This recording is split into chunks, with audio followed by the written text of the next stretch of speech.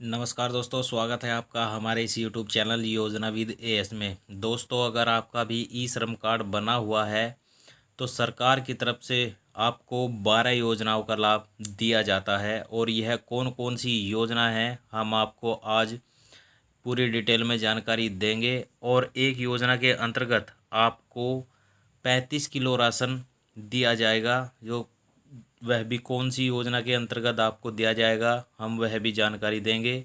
और आप कैसे चेक कर सकते हैं कि कौन कौन सी योजनाएं सरकार की तरफ से चलाई जा रही हैं, वह भी आप आसानी से चेक कर सकते हैं। हम सब कुछ आपको इस वीडियो में बताएंगे।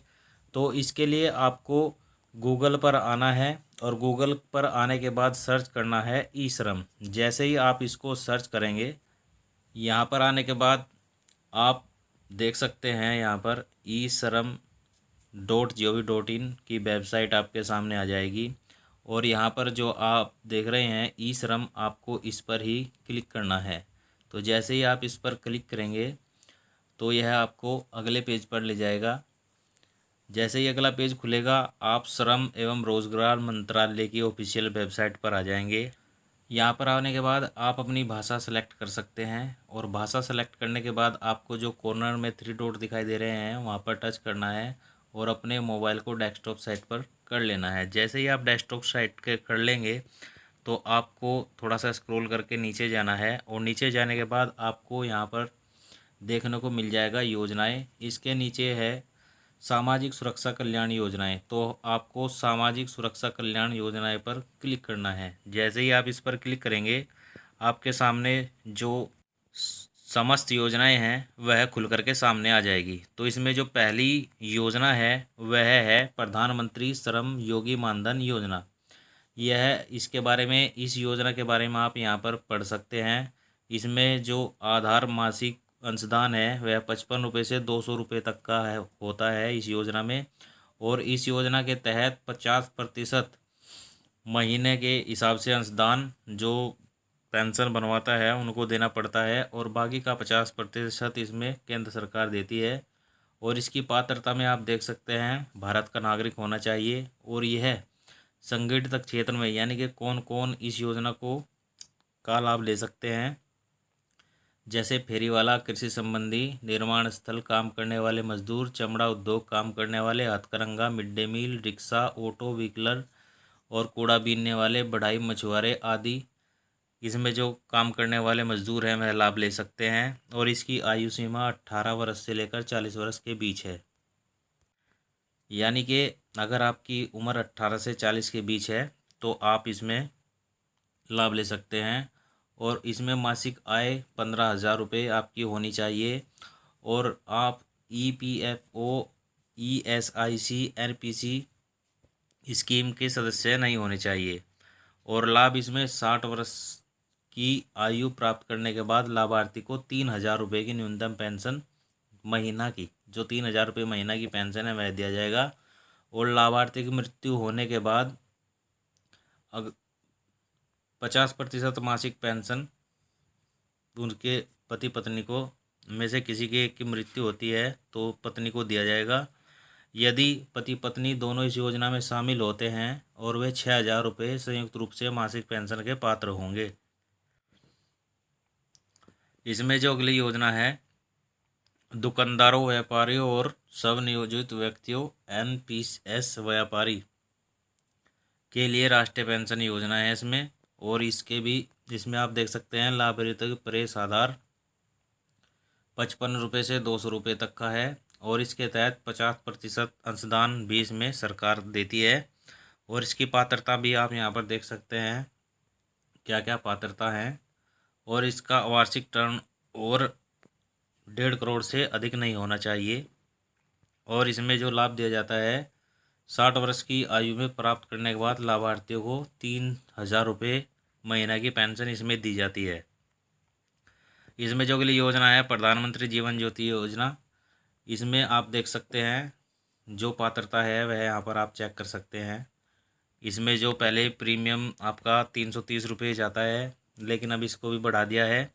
और इसकी लाभ क्या क्या है, किसी कारणवश मृत्यु होने पर 2 लाख रुपए का बीमा इसमें दिया जाता है। और इसकी जो अगली योजना है प्रधानमंत्री बीमा सुरक्षा योजना, इसमें आप पात्रता चेक कर सकते हैं, इसमें भी क्या क्या इसकी पात्रता है। और इसमें दुर्घटना या मृत्यु विकलांगता होने पर 2 लाख रुपये और आंशिक विकलांग होने पर 1 लाख रुपये दिया जाता है। अगली जो योजना है अटल पेंशन योजना, इसमें भी आप पात्रता चेक कर सकते हैं क्या क्या पात्रता है। और इसमें जो लाभ दिया जाता है, अंशदाता अपनी पसंद की 1,000 रुपये से 5,000 रुपये की मासिक पेंशन प्राप्त कर सकता है। वह अपनी मृत्यु के बाद पेंशन की संचित राशि भी प्राप्त कर सकता है। संचित राशि पति पत्नी को दी जाएगी। यदि पति पत्नी की भी मृत्यु हो गई तो उसके नॉमिनी को इसमें पेंशन दिया जाएगा। इसमें अगली जो योजना है वह है सार्वजनिक वितरण प्रणाली। इसके अंतर्गत आपको 35 किलो राशन दिया जाता है। इसमें आप पात्रता चेक कर सकते हैं क्या क्या पात्रता है। इसमें 15 से 65-59 वर्ष की आयु का बीच का कोई सदस्य नहीं है। अगर परिवार में आपके 15 से 59 वर्ष की कमाने वाला सदस्य नहीं है और जिनके पास अस्थायी नौकरी नहीं है, केवल अनियमित श्रम में संलग्न है, इसका जो लाभ दिया जाता है 35 किलो राशन प्रत्येक महीना। जबकि गरीबी रेखा से ऊपर के परिवार को मासिक आधार पर 15 किलो खाद्यान्न हेतु पात्र है। प्रवासी कामगारों को जहां भी वे काम कर रहे हैं खाद्यान्न प्राप्त करने में सक्षम बनाने के लिए वन नेशन और वन राशन कार्ड योजना लागू की गई है। यानी कि इस योजना के अंतर्गत कहीं भी जाकर के आप राशन ले सकते हैं। अगली जो इसमें योजना बताई गई है प्रधानमंत्री आवास योजना, यहाँ पर आप इसकी भी पात्रता चेक कर सकते हैं क्या क्या पात्र है। और जिनके पास कोई अस्थायी नौकरी नहीं है और केवल नियमित श्रम में संलग्न है, इन्हीं को लाभ दिया जाएगा। लाभ के लिए मैदानी क्षेत्रों में 1,20,000 और पहाड़ी क्षेत्रों में 1,30,000 रुपये की सहायता राशि मकान बनाने के लिए दी जाती है। नेक्स्ट योजना है राष्ट्रीय सामाजिक सहायता कार्यक्रम वृद्धा संरक्षण। इसके लिए पात्रता भारतीय का नागरिक होना चाहिए। कोई भी व्यक्ति जिसके पास स्वयं की आय का स्रोत है इसमें होना चाहिए। इसके जो लाभ हैं, विभिन्न आयु वर्ग के 300 रुपये से 500 रुपये की दर से केंद्रीय अंशदान दिया जाता है। राज्य के अंशदान के आधार पर मासिक पेंशन 1,000 रुपये से 3,000 रुपये तक दी जाती है।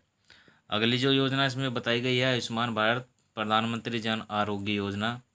इसमें ऐसे परिवार को लाभ दिया जाता है जो 16 से 59 वर्ष की आयु वर्ग के भीतर कोई वयस्क या पुरुष कमाऊ सदस्य नहीं है। इसमें कच्ची दीवार वाले छत एक कमरे में रहने वाले परिवार, ऐसे परिवार कोई सदस्य नहीं है। एक परिवार के सदस्य कोई स्वस्थ वयस्क सदस्य न हो और लाभ दिया जाता है। और इसका जो लाभ है द्वितीय और तृतीयक देखभाल हेतु अस्पताल में भर्ती करने के लिए प्रत्येक परिवार को 5 लाख रुपये तक का निःशुल्क स्वास्थ्य कवरेज इसमें दिया जाता है। अगली जो योजना बुनकरों के लिए है, बुनकरों के स्वास्थ्य बीमा की योजना। पात्रता आप यहाँ पर चेक कर सकते हैं क्या क्या पात्रता है। बुनकर अपनी आय का कम से कम 50% हथकरघा बुनकाई अर्जित करता हो। इसके जो लाभ है, लाभार्थी को 15,000 रुपये के पैकेज के लाभ उठाएंगे जिसमें पहले से मौजूद बीमारियां और नई बीमारियां दोनों शामिल हो। चिकित्सा शर्तों के अनुसार राशि संरक्षित संदर्भ में विभाजन इस प्रकार है कि परशुदा पहले 2 बच्चों के लिए प्रति बच्चा 2,500 रुपये, नेत्रोपचार के लिए 75, ऐनक के लिए 250 रुपये, आवासीय अस्पताल में भर्ती के लिए 4,000 रुपये और आयुर्वेदिक अगर आप यूनानी इलाज करवाते हैं तो 4,000 रुपये, अस्पताल में भर्ती के पश्चात 15,000 रुपये और शिशु कवरेज के लिए 500 रुपये। बाह्य विभाग के रोगी के बीमारी की सीमा 7500 रुपये है। अगली जो योजना इसमें बताई गई है राष्ट्रीय सफाई कर्मचारी वित्त विकास निगम। इसकी आप पात्रता यहाँ पर चेक कर सकते हैं। सफाई और हाथ से मैला ढोने वालों के लिए यह योजना है और इस योजना में सफाई कर्मियों, हाथ से मैला ढोने वाले और उनके आश्रितों को CSCR और RRB राष्ट्रीयकृत बैंकों के माध्यम से स्वास्थ्य संबंधी गतिविधियां, भारत और विदेशी शिक्षा हेतु किसी भी व्यवहार आय सर्जन करने वाली योजनाओं के लिए वित्तीय सहायता प्रदान की जाती है। अगली जो योजना है हाथ मैला ढोने के लिए पुनर्वास हेतु स्वरोजगार योजना। इसमें आप पात्रता चेक कर सकते हैं और इसमें प्रत्येक परिवार से एक पहचान किए गए महिला ढोने वाला 40,000 रुपये की एक मुश्त नकद सहायता समय समय पर यथा संशोधित राशि को OTCA के लिए पात्र होंगे, जिसमें इन्हें निःशुल्क कौशल प्रशिक्षण प्रदान किया जाएगा और 3,000 रुपये का मासिक वजीफा के साथ साथ समय तथा निर्धारित कोई राशि NSKFD द्वारा प्रदान की जाएगी। तो दोस्तों, यह थी जो योजना सरकार की तरफ से ई श्रम कार्ड धारकों के लिए चलाई गई है। हमने सारी योजनाओं की डिटेल आपको बता दी है। अगर आपका भी ई श्रम कार्ड बना हुआ है तो आप इन योजनाओं का लाभ उठा सकते हैं।